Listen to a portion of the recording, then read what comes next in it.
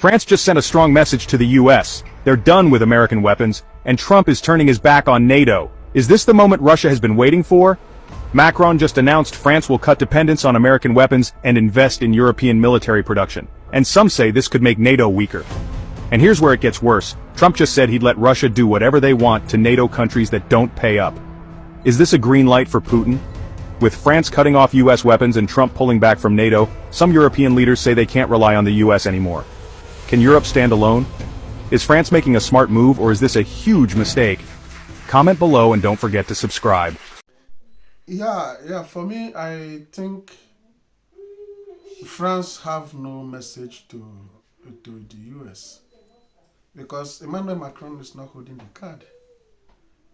If you are not holding the card, I think you have no message to send. And for Europe, Europe cannot stand alone without America. Even forget about those bluffing and all those European Union leaders. They can't do it. The war in Ukraine is over. It's over. It's just a matter of time and bluffing, and after many talks, it's over. And you turning it as Russia and Putin being happy with it also.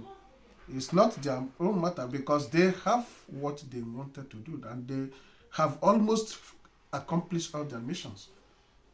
So Emmanuel Macron have no message to put to Trump. As a Latino, I've never been more embarrassed and more disappointed in the Latin community for even voting or thinking of voting for Trump. Voting against your own self-interest is counterproductive. It's insane to me. Like, y'all don't make no sense. What's not clicking? And let's be very serious. Latinos voted for Trump because they want to be as close to whiteness as possible. It's because they are anti-black. It's because of the internalized racism. It's because of the not even internalized, it's for the outward racism. That's really mainly what it was. And let's not forget the misogyny of it all. Let's not forget that, because one thing a Latina woman is gonna do is gonna put her man, her son, and any male figure in the Latin community up on a pedestal with ease. And that's exactly what the Latino men thrive on. The women always putting them up on a pedestal. And that's really the sad part about it, because there is no reason why they should have been voting for Trump at all. I'm disappointed. I'm disappointed today, and I'm just so disappointed. So Donald Trump just said that Rachel Maddow and Nicole Wallace of MSNBC should be forced to resign for their criticism of Donald Trump's speech the other night. Take a listen to what Trump had to say. This is truly disgraceful. Frankly, what Nicole Wallace said, I've never been a fan of hers, and she's not very talented. But I'll tell you, what she said the other day about that young man is disgraceful. She should be forced to resign. And Rachel Maddow should be forced to resign. Nobody watches her anyway. I don't know if it's not possible they pay her as much money as I hear, but certainly she's lost all credibility, both of them.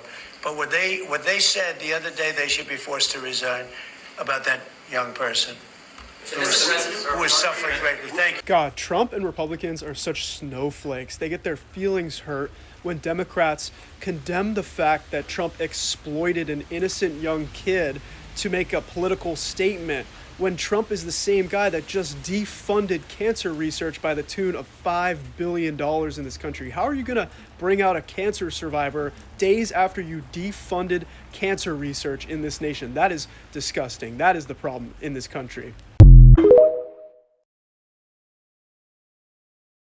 So I'm scrolling and I see a lot of black women making videos talking down to black men who voted for Trump. And I just have to say, if you voted for Trump and you're a black man, thank you. And I thank you because I know exactly why you voted for Trump. You voted for secure borders so that us women and children can be safe. You voted for a strong economy so that us women and children can be provided for. You voted for our children to not be indoctrinated in this failed public school system. You voted for my right to not have to use the bathroom with a biological man. You also voted for our children not to be drafted into another endless, senseless war that only benefits the military-industrial complex. And also, you voted for the protection of our freedom of speech. The same freedom of speech that these evil, nasty, disgusting women are using to wish death upon you. So as a Black woman, I just want to say thank you for voting for Trump. I truly appreciate you, and I'm going to speak life into you. I pray that God continues to protect you and guide you. I pray that He gives you the success that you deserve.